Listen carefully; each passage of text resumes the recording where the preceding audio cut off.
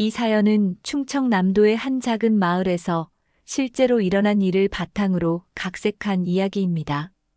지금 생각해보니 그때가 모든 일의 시작이었던 것 같습니다. 24년 전 남편이 세상을 떠나고 나서 저는 혼자 이 집을 지켜왔어요. 아들 민수와 며느리 지영이 서울에서 바쁘게 살고 있어서 자주 내려오지는 못했지만 그래도 명절이나 제사 때만큼은 꼭 내려와 주곤 했습니다. 그해 가을 남편의 삼주기 제사를 앞두고 있었어요. 아침 일찍부터 부엌에서 분주하게 움직이며 제사 음식을 준비하고 있었는데 마음 한편으로는 설렘이 있었습니다. 민수가 지영이와 함께 오랜만에 내려온다고 했거든요. 사실 며느리 지영이가 제사 준비를 도와준 적은 별로 없었지만 이번에는 조금 다를 거라는 기대가 있었어요. 어머니, 저희 도착했어요. 민수의 목소리가 마당에서 들려왔습니다. 앞치마를 벗고 나가보니 민수가 트렁크에서 짐을 꺼내고 있고 지영이는 벌써 거실 소파에 앉아서 핸드폰을 보고 있더라고요. 어머니, 안녕하세요. 지영이가 눈도 제대로 마주치지 않은 채 인사를 건넸습니다. 예전보다 더 차가워진 것 같았어요. 그래도 저는 반갑다며 웃으면서 부엌으로 안내했죠. 지영아, 오늘 제사 음식 만드는 거 좀 도와줄 수 있겠니? 혼자 하기엔 양이 너무 많아서 말이야. 부엌에 들어서자마자 저는 조심스럽게 말을 꺼냈습니다. 지영이는 핸드폰 화면에서 눈을 떼지 않은 채 대답했어요. 아, 저 지금 바빠요. 나중에 할게요. 그 말투가 참 퉁명스러웠습니다. 하지만 저는 참았어요. 서울에서 내려오느라 피곤했을 거라고 생각했거든요. 민수라도 도와줄 거라 생각하며 혼자 고추를 다지기 시작했습니다. 1시간쯤 지났을까요? 거실에서 게임 소리가 크게 들려왔어요. 지영이가 핸드폰으로 게임을 하면서 큰 소리로 웃고 있었습니다. 부엌까지 그 소리가 다 들릴 정도였어요. 저는 잠시 손을 멈추고 한숨을 쉬었습니다. 지영아, 정말 미안한데 나물 좀 묻혀줄 수 있을까? 손이 너무 많이 가서 혼자서는 힘들어. 다시 한번 부탁을 드렸습니다. 이번에는 조금 더 간절한 마음으로요. 하지만 지영이의 대답은 더욱 차가웠어요. 저 요리 못해요. 엄마가 잘하시잖아요. 그러더니 다시 거실로 돌아가 버렸습니다. 그때 민수가 부엌으로 들어왔어요. 어머니, 제가 도와드릴게요. 아니야, 괜찮다. 내가 지영이한테 좀 말해봐라. 며느리가 시어머니 제사 준비도 안 도와주면 어떻게 하니? 민수가 망설이더니 거실로 나갔습니다. 곧 민수와 지영이의 대화 소리가 들려왔어요. 여보, 어머니 좀 도와드려. 왜 저만 그래야 해요? 엄마가 하시면 되잖아요. 저는 그런 거 잘 모른다고요. 지영이의 목소리가 짜증스럽게 들렸습니다. 저는 당근을 썰던 손을 멈추고 그 소리를 들었어요. 가슴이 답답해지기 시작했습니다. 그날 오후 내내 저는 혼자서 제사 음식을 준비했습니다. 지영이는 계속 거실에서 핸드폰만 보고 있었고 민수는 그런 지영이를 설득하려다가 포기한 것 같았어요. 저녁 무렵이 되어서야 겨우 음식 준비가 끝났습니다. 지영아, 저녁 차렸으니까 나와서 먹자. 식탁에 앉은 지영이는 여전히 핸드폰을 손에서 놓지 않았습니다. 밥을 먹으면서도 계속 화면만 바라보고 있었어요. 저는 서운한 마음을 억누르며 말을 걸어봤습니다. 지영아, 서울 생활은 어떠니? 요즘 일이 많이 바쁘다면서? 네, 바빠요. 대답은 그게 전부였습니다. 더 이상 대화를 이어가려 하지 않았어요. 식사 시간 내내 어색한 침묵만 흘렀습니다. 그날 밤 잠자리에 들면서 저는 이상한 기분이 들었어요. 뭔가 예전과 달라진 게 느껴졌습니다. 지영이가 처음 우리 집에 며느리로 왔을 때도 이렇게 차갑지는 않았거든요. 물론 그때도 적극적이지는 않았지만 최소한의 예의는 지켰었는데 말이에요. 24년 동안 혼자 이 집을 지켜오면서 저는 늘 가족이 함께하는 시간을 소중히 여겨왔습니다. 특히 남편의 제사는 저에게 가장 중요한 일이었어요. 남편이 살아계실 때처럼 정성껏 준비하고 가족들이 모여서 남편을 기리는 시간이었거든요. 하지만 지영이의 태도를 보니 그런 마음이 전혀 전해지지 않는 것 같았습니다. 아니, 전해지지 않는 게 아니라 애초에 받아들일 생각이 없는 것 같았어요. 저는 이불을 끌어당기며 내일은 조금 나아지기를 바랐습니다. 내일은 제사 당일이니까 지영이도 조금은 도와줄 거라고 생각했거든요. 하지만 그 생각이 얼마나 순진한 기대였는지 저는 그때는 전혀 몰랐습니다. 다음 날 아침 제사 준비로 새벽 5시부터 일어났습니다. 남편의 제사상은 정말 정성스럽게 차려야 한다는 게 저의 철칙이었거든요. 부엌에서 나무를 다시 한번 손질하고 전을 부치기 시작했어요. 아침 7시쯤 되어서 민수가 부엌으로 들어왔습니다. 어머니, 벌써 일어나셨어요? 제가 도와드릴게요. 괜찮다, 아들아. 내가 지영이 좀 깨워서 같이 도와달라고 해봐라. 민수가 고개를 끄덕이더니 안방으로 들어갔어요. 잠시 후 지영이의 목소리가 들려왔습니다. 아직 일찍이잖아요. 좀 더 자게 해주세요. 여보, 오늘 아버지 제사인데 어머니 혼자 준비하시면 힘드시잖아. 저는 그런 거 잘 모른다니까요. 나중에 일어날게요. 민수가 한숨을 쉬며 다시 부엌으로 돌아왔습니다. 저는 아무 말하지 않고 계속 전을 부쳤어요. 마음속으로는 화가 났지만 제사 당일에 싸우고 싶지는 않았거든요. 아침 9시가 넘어서야 지영이가 일어났습니다. 세수도 대충 하고 거실로 나와서는 또 핸드폰을 들여다보기 시작했어요. 지영아, 아침 차렸으니까 먹자. 저 아침 안 먹어요. 커피만 주세요. 그러더니 이어폰을 끼고 유튜브를 보기 시작했습니다. 저는 민수와 둘이서 조용히 아침을 먹었어요.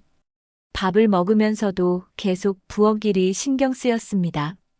민수야, 지영이한테 제사상 차리는 것만이라도 도와달라고 해봐라. 혼자 하기엔 너무 벅차다. 네, 어머니. 제가 말해볼게요.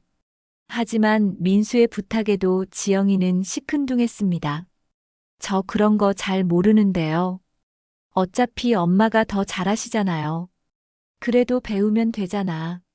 우리 가족의 전통이기도 하고. 전통이요? 요즘 시대에 누가 이런 걸 해요. 너무 번거로워요. 지영이의 말을 들으니 가슴이 뜨끔했습니다. 번거롭다는 말이 특히 마음에 걸렸어요. 저에게는 남편을 기리는 소중한 시간인데 지영이에게는 그저 번거로운 일일 뿐이었나 봅니다. 오전 10시쯤 저는 제사상에 올릴 음식들을 마지막으로 점검했습니다. 나물 몇 가지, 전류, 탕, 밥과 국물까지 모든 게 준비되어 있었어요. 이제 제사상을 차리기만 하면 되었습니다. 지영아, 이제 제사상 차리는 거 좀 도와줄 수 있겠니? 저는 다시 한번 부탁드렸습니다. 이번에는 정말 간절한 마음이었어요. 혼자서 상을 차리기에는 음식이 너무 많았거든요. 아, 정말 귀찮네요. 저 그런 거 싫어해요. 지영이가 입을 삐죽거리며 대답했습니다. 그 순간 저는 정말 당황스러웠어요. 며느리가 시어머니에게 이렇게 말해도 되는 건지 모르겠더라고요. 지영아, 그래도 가족인데. 가족이면 뭐든지 해야 해요? 저도 제 일이 있다고요. 제 일이라는 게 핸드폰 게임인지는 모르겠지만 지영이는 정말 화난 표정으로 말했습니다. 저는 더 이상 말하지 못하고 혼자 제사상을 차리기 시작했어요. 무거운 탕그릇을 들고 상 위로 올리려는데 손이 떨렸습니다. 나이가 들어서 그런지 예전만큼 힘이 없었어요. 그때 민수가 달려와서 도와줬습니다. 어머니, 제가 할게요. 고맙다, 아들아. 민수와 함께 제사상을 차리면서 저는 계속 지영이를 힐끔거렸어요. 지영이는 소파에 앉아서 게임 소리를 크게 틀어놓고 웃고 있었습니다. 그 소리가 제사상을 차리는 저희에게까지 들려왔어요. 여보, 소리 좀 줄여줄래? 지금 제사 준비 중이잖아. 민수가 조심스럽게 말했습니다. 왜요? 제가 뭘 잘못했다고요? 지영이의 목소리가 더 커졌습니다. 저는 제사상에 올릴 밥그릇을 놓으면서 가슴이 답답해지는 걸 느꼈어요. 제사상을 다 차리고 나니 오후 1시가 다 되어갔습니다. 남편의 영정 앞에 촛불을 켜고 향을 피웠어요. 조용하고 엄숙한 분위기가 되어야 하는데 거실에서는 여전히 게임 소리가 들려오고 있었습니다. 지영아, 이제 제사 지낼 테니까 핸드폰 좀 꺼줄래? 저는 최대한 부드럽게 말했습니다. 하지만 지영이의 반응은 의외였어요. 꼭 제가 참여해야 해요? 저는 별로 관심 없는데요. 그 말을 듣는 순간 저는 정말 할 말을 잃었습니다. 남편의 제사에 관심이 없다니요. 그럼 이 집 며느리로서 24년 동안 뭘 한 건지 모르겠더라고요. 민수가 지영이를 말렸지만 소용없었습니다. 결국 저와 민수 둘이서만 제사를 지냈어요. 그 시간 내내 지영이는 거실에서 핸드폰만 보고 있었습니다. 제사를 마치고 나서 저는 혼자 정리를 하기 시작했습니다. 지영이는 여전히 소파에 앉아 있었고 민수는 아버지 영정 앞에서 한참을 서 있었어요. 그날 오후 저는 정말 마음이 무거웠습니다. 이게 과연 가족이라고 할 수 있는 건지 의문이 들었어요. 남편이 살아계실 때는 이런 일이 없었거든요. 지영이도 최소한의 예의는 지켰었는데 언제부터 이렇게 변한 건지 모르겠더라고요. 혼자 설거지를 하면서 저는 깊은 한숨을 쉬었습니다. 내일이면 민수 부부가 서울로 올라갈 텐데 이렇게 보내도 되는 건지 고민이 되었어요. 하지만 어떻게 해야 할지 방법을 모르겠더라고요. 제사를 마친 그날 저녁, 온 가족이 거실에 모여 앉았습니다. 예전 같으면 제사 후에는 가족끼리 이런저런 이야기를 나누며 따뜻한 시간을 보냈는데 그날은 분위기가 어색했어요. 지영아, 내일 서울 올라가기 전에 우리 좀 이야기할까?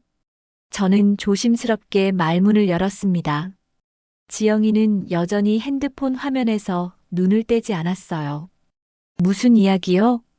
우리 집 제사 음식 만드는 법이라든지 상 차리는 순서라든지 며느리로서 알아야 할 것들 말이야. 저는 최대한 부드럽게 말했습니다. 하지만 지영이의 반응은 예상과 달랐어요. 그런 거 왜 배워야 해요? 너무 복잡하고 번거로워요. 복잡하다고? 저는 당황했습니다. 우리 집 제사 방식이 복잡하다는 말을 처음 들어봤거든요. 네, 이렇게 음식도 많이 하고 상 차리는 것도 순서가 있고 요즘 누가 이런 걸 해요? 그냥 대충 하면 되는 거 아니에요? 지영이가 비아냥거리는 투로 말했습니다. 저는 가슴이 답답해지는 걸 느꼈어요. 대충이라니. 이건 내 시아버지 제사야. 어떻게 대충 할 수 있다는 거니? 시아버지라고 해봤자 저는 뵌 적도 별로 없잖아요. 돌아가시기 전에 몇 번 본 게 전부인데 제가 왜 이렇게까지 해야 하는지 모르겠어요. 그 말을 듣는 순간 저는 정말 할 말을 잃었습니다. 남편을 뵌 적이 별로 없다니요. 물론 남편이 일찍 돌아가셔서 지영이와 많은 시간을 보내지는 못했지만 그래도 한 가족이었는데 말이에요. 지영아, 그래도 가족이잖아.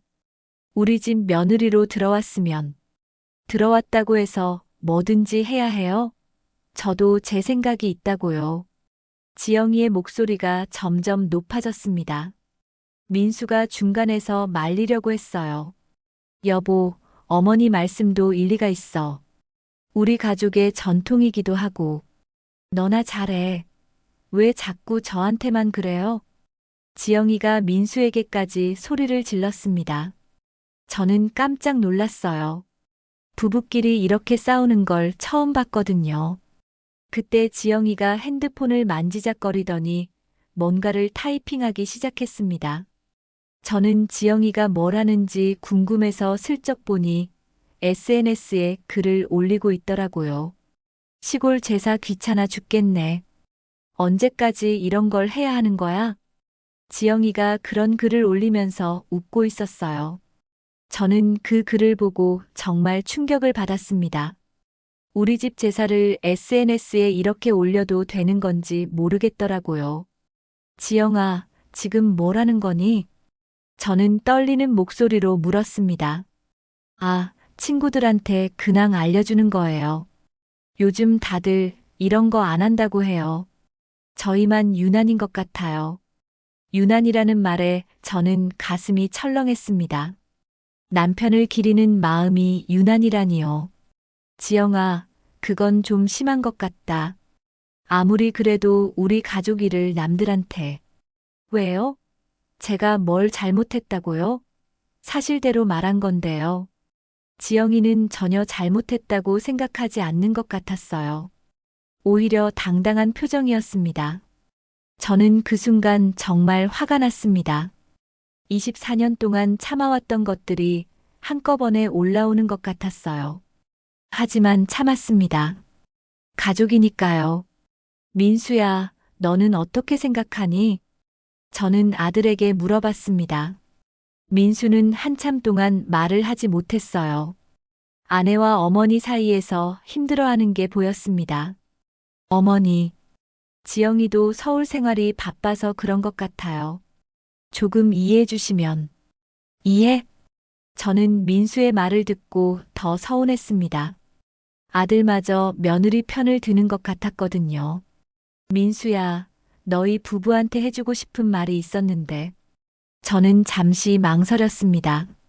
사실 민수 부부에게 우리 집 토지를 물려주려고 생각하고 있었거든요.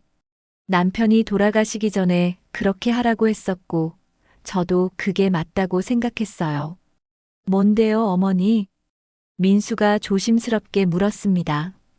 너희한테 이 집이랑 땅을 물려주려고 했었는데, 그 말을 듣자 지영이의 눈이 번쩍 뜨였어요. 처음으로 핸드폰에서 눈을 뗐습니다. 정말요?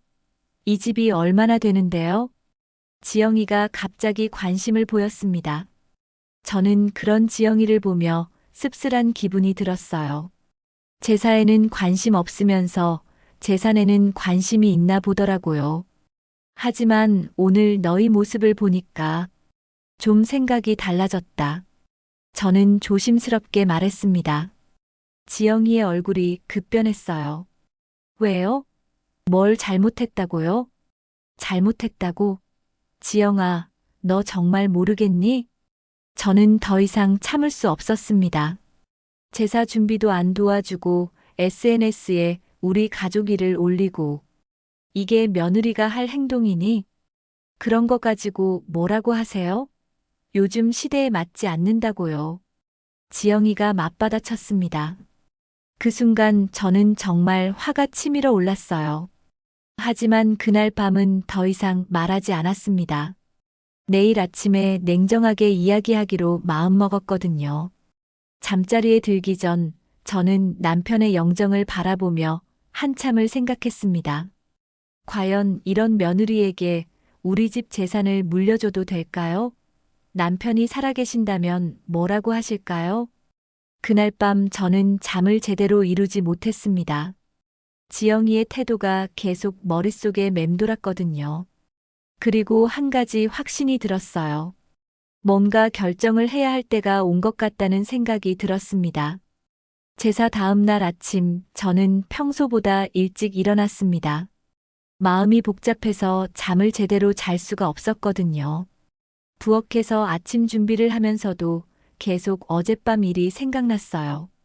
민수와 지영이는 오늘 오후에 서울로 올라간다고 했습니다. 그 전에 정말 할 말이 있었어요. 더 이상 이런 식으로는 안 되겠다는 생각이 들었거든요. 아침 8시쯤 민수가 부엌으로 들어왔습니다. 어머니, 일찍 일어나셨네요. 응, 잠이 안 와서 말이야. 민수야, 지영이 깨워서 아침 먹자고 해라. 네, 어머니. 민수가 안방으로 들어갔지만 한참 후에 혼자 나왔어요. 지영이가 좀 더 자겠다고 해요. 어제 피곤했나 봅니다. 저는 아무 말하지 않고 민수와 둘이서 아침을 먹었습니다. 조용한 식사 시간이었지만 제 마음속은 전혀 조용하지 않았어요. 민수야, 지영이가 일어나면 거실로 좀 나오라고 해라. 할 말이 있다. 무슨 말씀이세요? 나중에 알게 될 거야. 오전 10시가 넘어서야 지영이가 일어났습니다. 머리도 제대로 빗지 않고 나와서는 바로 소파에 앉았어요. 그리고는 또 핸드폰을 들여다보기 시작했습니다. 지영아, 우리 좀 이야기하자. 저는 단호하게 말했습니다. 지영이가 귀찮다는 표정으로 저를 봤어요. 뭔데요? 어제 제사상 차리는 것 봤지? 네, 봤는데요. 그때 내가 부탁했을 때 왜 도와주지 않았니? 지영이가 한숨을 쉬었습니다. 또 그 얘기예요? 저 그런 거 잘 모른다고 했잖아요. 모르면 배우면 되는 거 아니야? 너도 이 집 며느리잖아. 며느리라고 해서 뭐든지 해야 해요? 저도 제 일이 있다고요. 제 일이라는 게 핸드폰 게임인지 모르겠지만 지영이는 당당했습니다. 그럼 너는 이 집 며느리로서 뭘 한 적이 있니? 저는 좀 더 직설적으로 물어봤습니다. 지영이의 얼굴이 붉어졌어요. 왜 그렇게 말씀하세요? 제가 뭘 잘못했다고요? 잘못했다고? 어제 제사 준비도 안 도와주고 SNS에 우리 집 일을 올리고 이게 잘못한 게 아니라고? 그런 거 가지고 그래요? 요즘은 다들 SNS 해요. 그리고 정말 번거로운 게 사실이잖아요. 지영이가 목소리를 높였습니다. 그 순간 저는 정말 화가 났어요. 번거롭다고? 그럼 이 집에서 나가. 제가 소리를 질렀습니다. 민수가 깜짝 놀라서 중간에 끼어들었어요. 어머니, 진정하세요. 지영이도 말을 좀 조심해. 하지만 지영이는 전혀 물러서지 않았습니다. 제가 뭘 조심해요? 할머니가 너무 까다로우신 거예요. 요즘 누가 제사 지내요? 시대에 뒤떨어진 거 아니에요? 시대에 뒤떨어졌다는 말을 듣고 저는 정말 당황스러웠어요. 남편을 기리는 마음이 시대에 뒤떨어진 거라니요. 너 지금 뭐라고 했니? 사실대로 말한 거예요. 이런 집구석 정말 답답해요. 집구석이라는 말에 저는 완전히 폭발했습니다. 너 같은 며느리 처음 봤다.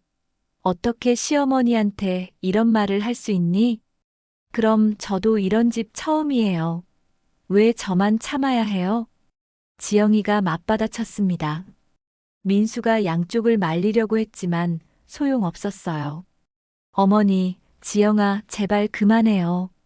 민수야, 너는 가만히 있어. 내 아내가 지금 뭐라고 하는지 들었지? 어머니, 지영아, 너 정말 이 집이 싫으면 나가. 아무도 붙잡지 않을 테니까. 저는 정말 화가 머리끝까지 올라 있었어요. 지영이도 질 수 없다는 듯이 맞섰습니다. 좋아요. 나갈게요. 이런 답답한 집에서 누가 살고 싶어 해요? 그러더니 지영이가 안방으로 들어가서 짐을 싸기 시작했어요. 저는 그 모습을 보면서 어이가 없었습니다. 정말 나가는 건가요? 민수가 지영이를 따라가서 말리려고 했지만 지영이는 듣지 않았어요. 여보, 진정해. 어머니도 화가 나셨으니까. 왜 저만 진정해야 해요? 할머니도 너무하잖아요. 그래도 어른이신데. 어른이면 뭐든지 해도 돼요? 저도 참을 만큼 참았어요. 지영이가 소리를 지르며 짐을 쌌습니다. 저는 거실에 앉아서 그 소리를 들으며 가슴이 답답했어요. 얼마 후 지영이가 가방을 들고 나왔습니다. 저 먼저 서울 올라갈게요. 민수 씨는 나중에 오세요. 여보, 같이 가자. 어머니께 사과드리고. 사과는 무슨 사과요? 제가 뭘 잘못했다고요? 지영이는 끝까지 자신이 잘못했다고 생각하지 않는 것 같았어요. 현관문을 나서면서도 뒤돌아보지 않았습니다. 민수가 어쩔 줄 몰라 하면서 저를 보았어요. 어머니, 제가 지영이를 데리고 와서 사과드리게 할게요. 아니다, 민수야. 그냥 내버려둬. 저는 지쳤습니다. 더 이상 지영이와 싸우고 싶지도 않았어요. 하지만 어머니, 민수야, 너도 서울 올라가라. 혼자 있고 싶다. 민수가 망설이더니 결국 짐을 쌌습니다. 떠나기 전에 저에게 다가와서 말했어요. 어머니, 제가 지영이를 잘 타일러 볼게요. 다음에 내려올 때는 달라질 거예요. 하지만 저는 더 이상 기대하지 않기로 했습니다. 달라질 거라는 말을 몇 번이나 들었는지 모르겠거든요. 민수가 떠나고 나서 저는 혼자 집에 앉아 있었어요. 조용한 집 안에서 지난 이틀을 되돌아봤습니다. 과연 제가 너무 심했던 걸까요? 아니면 지영이가 정말 선을 넘은 걸까요? 어쨌든 한 가지는 확실했어요. 더 이상 예전처럼은 안 되겠다는 생각이 들었습니다. 민수 부부가 서울로 떠나고 나서 저는 며칠 동안 혼자 집에 있었습니다. 조용한 집 안에서 계속 생각이 많았어요. 과연 제가 지영이에게 너무 심하게 했던 걸까요? 아니면 지영이가 정말 선을 넘은 걸까요? 남편의 영정 앞에 앉아서 혼잣말을 했습니다. 여보, 내가 어떻게 해야 할까요? 지영이가 저렇게 나올 줄 몰랐어요. 영정 속 남편은 따뜻하게 웃고 있었지만 대답은 해주지 않았어요. 저는 한숨을 쉬며 일어났습니다. 그날 오후 민수에게서 전화가 왔어요. 어머니, 안녕하세요. 응, 민수야. 잘 올라갔니? 어머니, 안녕하세요. 응, 민수야. 잘 올라갔니? 네, 어머니. 지영이 일 때문에 바쁘다고 인사도 제대로 못 드린 것 같아서 연락드려요. 지영이가 바쁘다는 말에 저는 씁쓸했습니다. 정말 바빠서 그런 건지 아니면 저와 싸운 게 부담스러워서 그런 건지 모르겠더라고요. 민수야, 솔직히 말해봐라. 지영이가 평소에도 저렇니?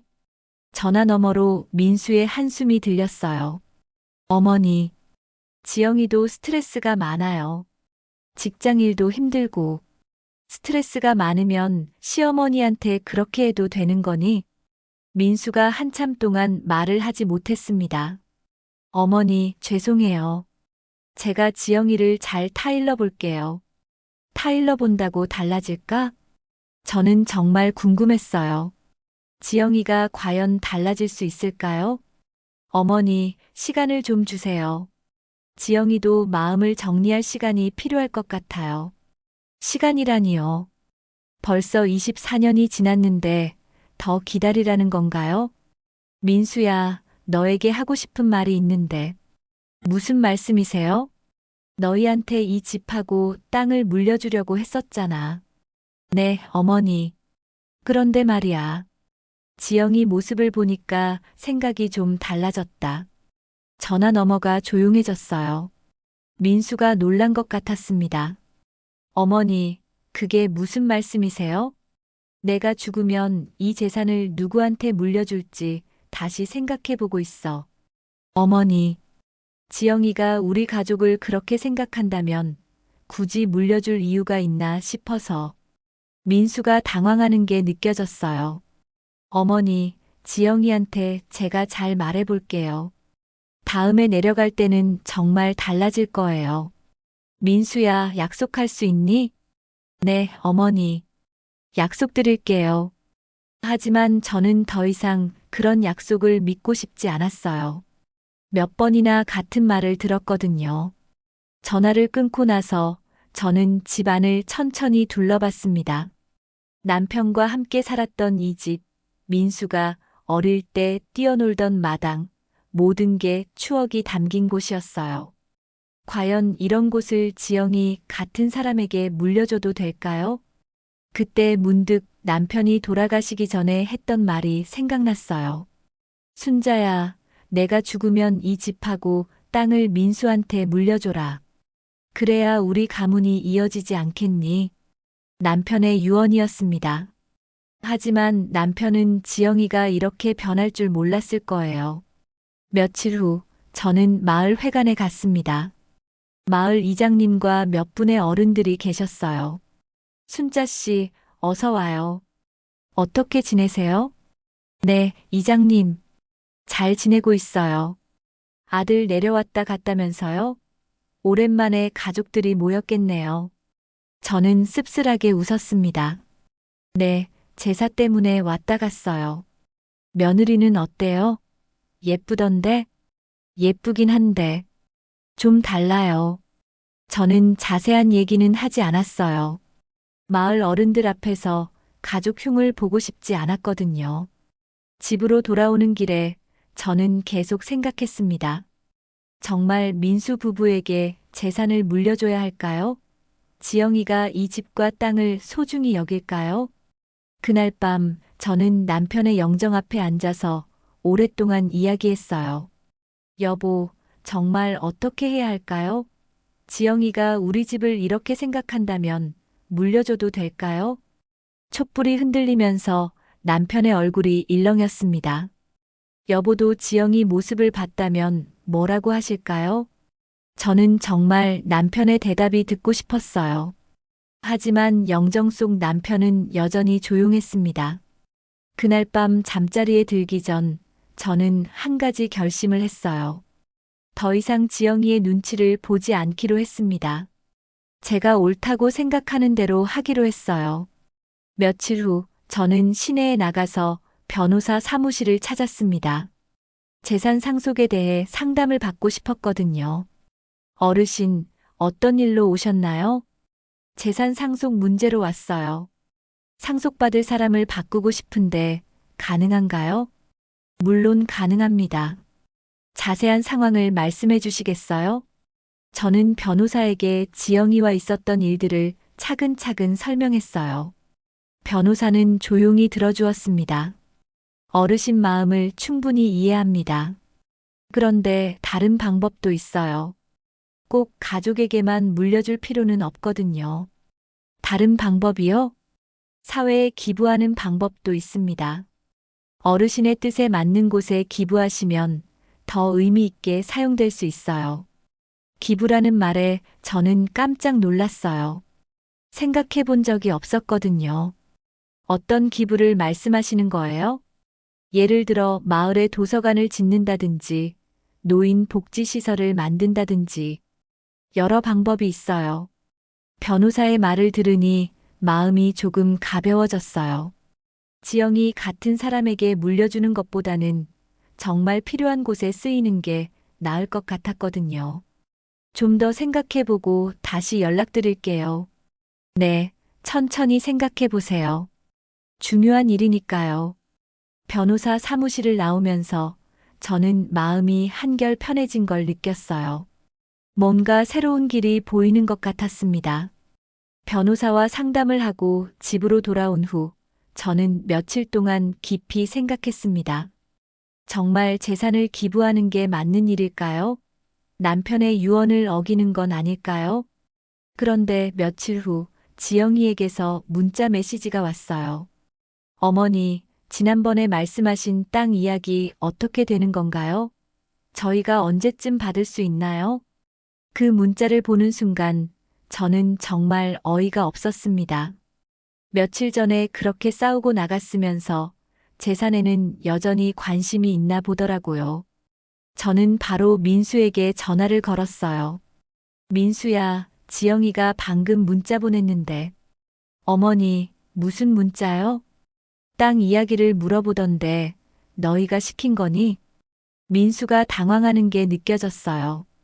아니에요, 어머니. 제가 시킨 게 아니에요. 그럼 지영이가 혼자 보낸 거구나.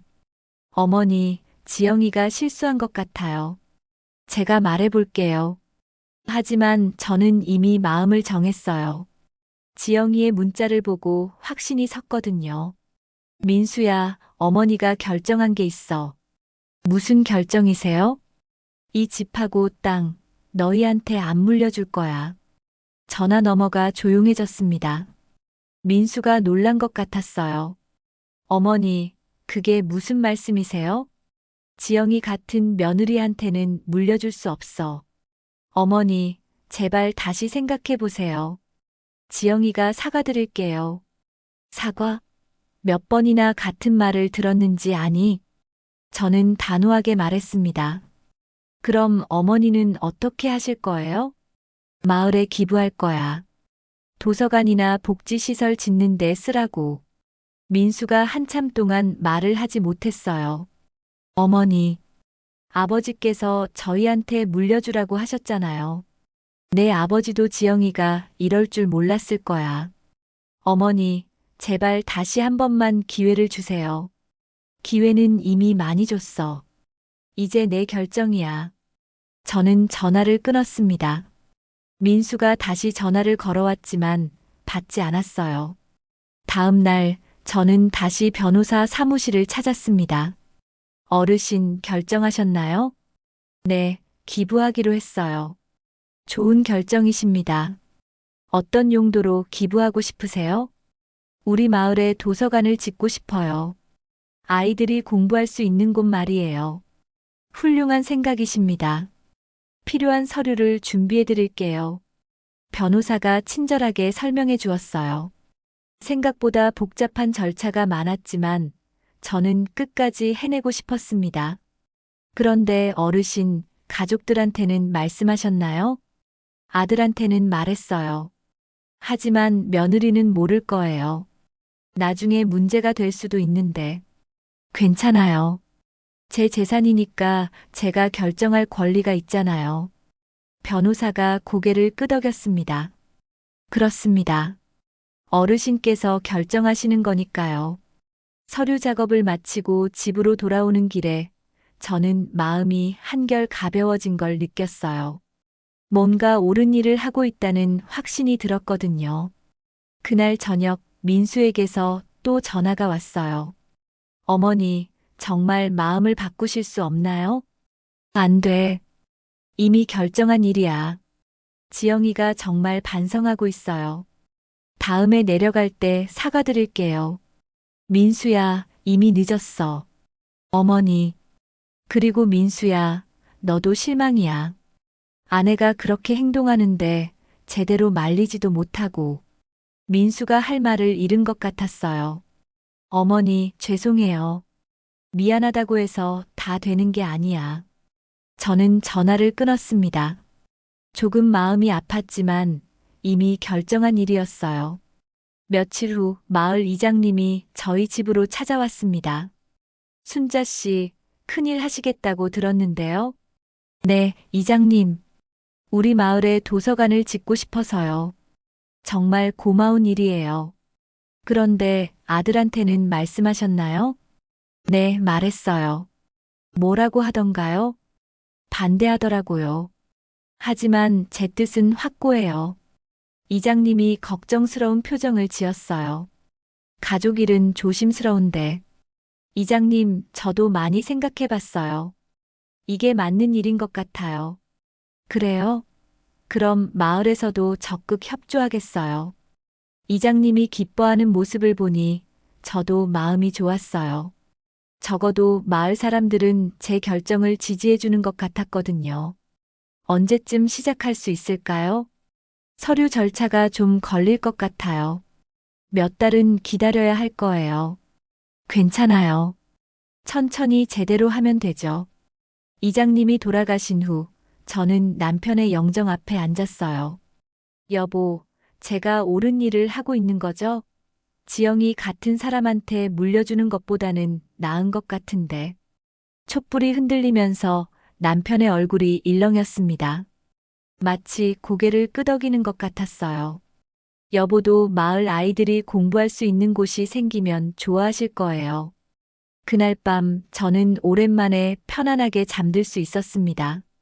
마음의 짐을 덜어낸 기분이었거든요. 지영이와의 갈등 때문에 괴로웠던 마음도 조금씩 가라앉는 것 같았어요. 이제 돌이킬 수 없는 결정을 했습니다. 과연 옳은 일이었을까요? 시간이 지나면 알게 되겠지만 지금 이 순간만큼은 후회하지 않았습니다. 기부 서류를 모두 처리하고 며칠이 지난 어느 날 민수가 갑자기 혼자 내려왔습니다. 지영이는 함께 오지 않았어요. 어머니, 안녕하세요. 민수의 얼굴이 많이 상해 있었습니다. 며칠 동안 잠을 제대로 못 잔 것 같았어요. 민수야, 혼자 왔구나. 지영이는 아직 마음 정리가 안 됐다고 해요.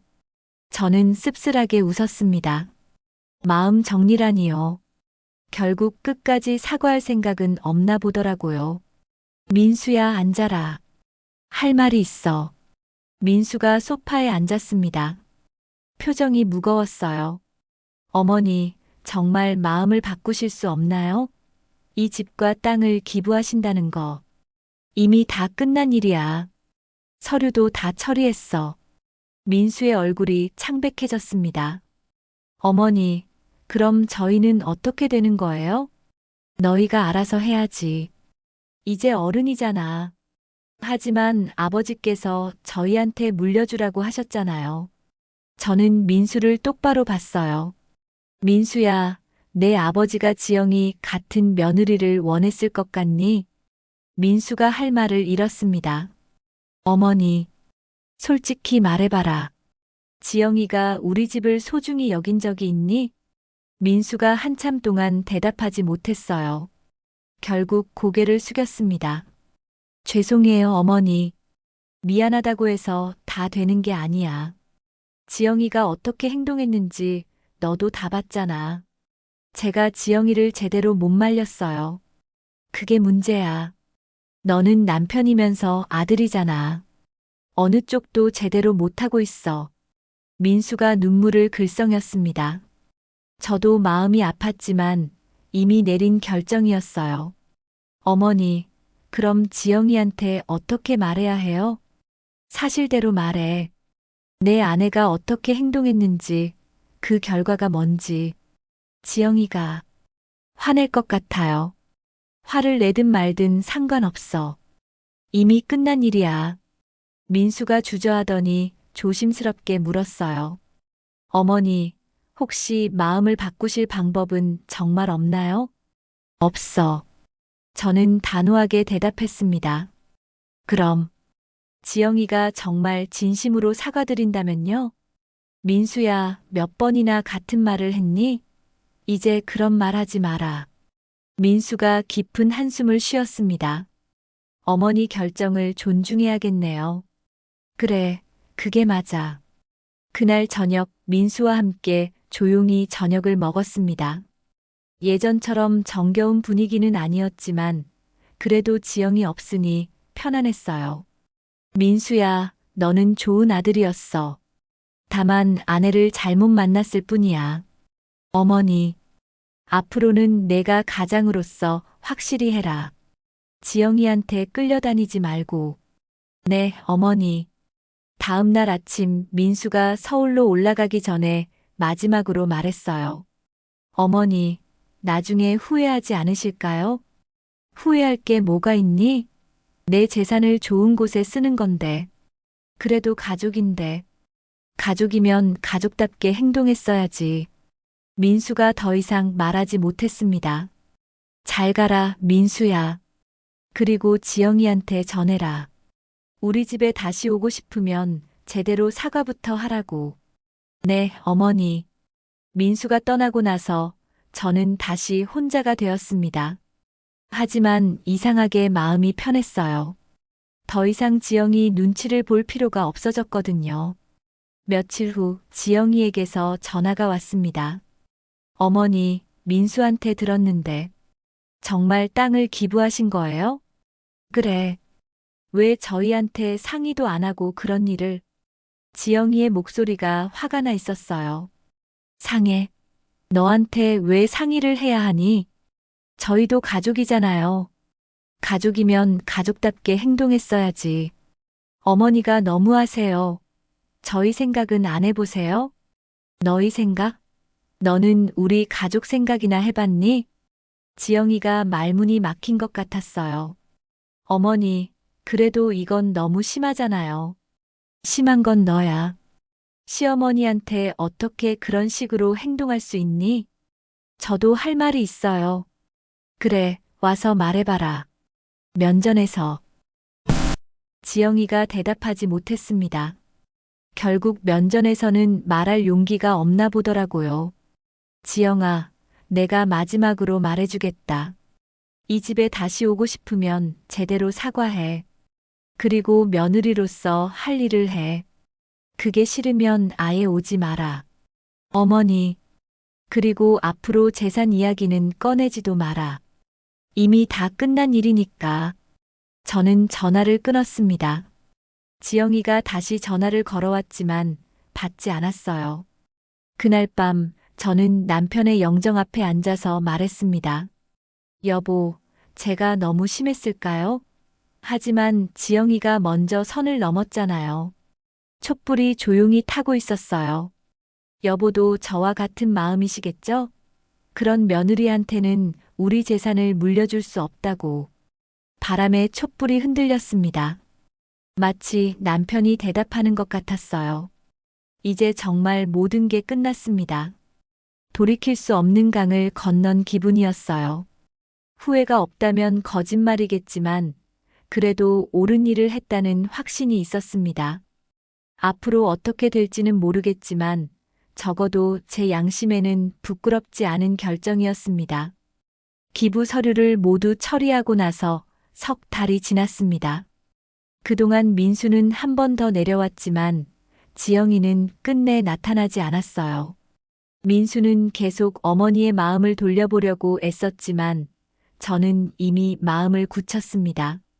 어머니, 지영이가 정말 반성하고 있어요. 요즘 많이 달라졌다고요. 달라졌다고? 어떻게 달라졌는데? 집안일도 도와주고 제사에 대해서도 공부하겠다고 해요. 저는 씁쓸하게 웃었습니다. 재산을 잃고 나서야 달라졌다는 건가요? 민수야, 이제 와서 달라져봤자 소용없어. 이미 다 끝난 일이야. 민수가 더 이상 말하지 못했어요. 결국 그것도 마지막 방문이 되었습니다. 가을이 되어 마을의 도서관 공사가 시작되었습니다. 저는 매일 공사 현장을 구경하러 갔어요. 조그마한 건물이지만 하루하루 올라가는 모습을 보니 마음이 뿌듯했습니다. 순자 씨, 정말 고마운 일 하셨어요. 마을 사람들이 지날 때마다 인사를 건넸습니다. 아이들도 언제 도서관이 완성되는지 자주 물어봤어요. 할머니, 도서관에 어떤 책들이 들어와요? 좋은 책들 많이 들어올 거야. 너희가 공부하는데 도움이 되는 책들 말이야. 아이들이 좋아하는 모습을 보니 제 결정이 옳았다는 생각이 들었습니다. 지영이 같은 사람에게 물려주는 것보다 훨씬 의미 있는 일이었어요. 겨울이 지나고 봄이 오자 드디어 도서관이 완성되었습니다. 작지만 예쁜 건물이었어요. 김순자 기념 도서관이라는 간판도 달렸습니다. 개관식 날 마을 사람들이 모두 모였습니다. 시장님도 오셨고 교육청에서도 사람이 왔어요. 김순자 어르신의 고귀한 뜻으로 이렇게 좋은 도서관이 생겼습니다. 마을 아이들이 이곳에서 꿈을 키워가기를 바랍니다. 시장님의 축사를 들으니 눈물이 났어요. 남편이 살아계신다면 얼마나 자랑스러워 하셨을까요? 할머니, 고마워요. 아이들이 달려와서 안겼습니다. 저는 그 아이들을 하나하나 안아주며 말했어요. 열심히 공부해라. 이 도서관이 너희들을 위한 거야.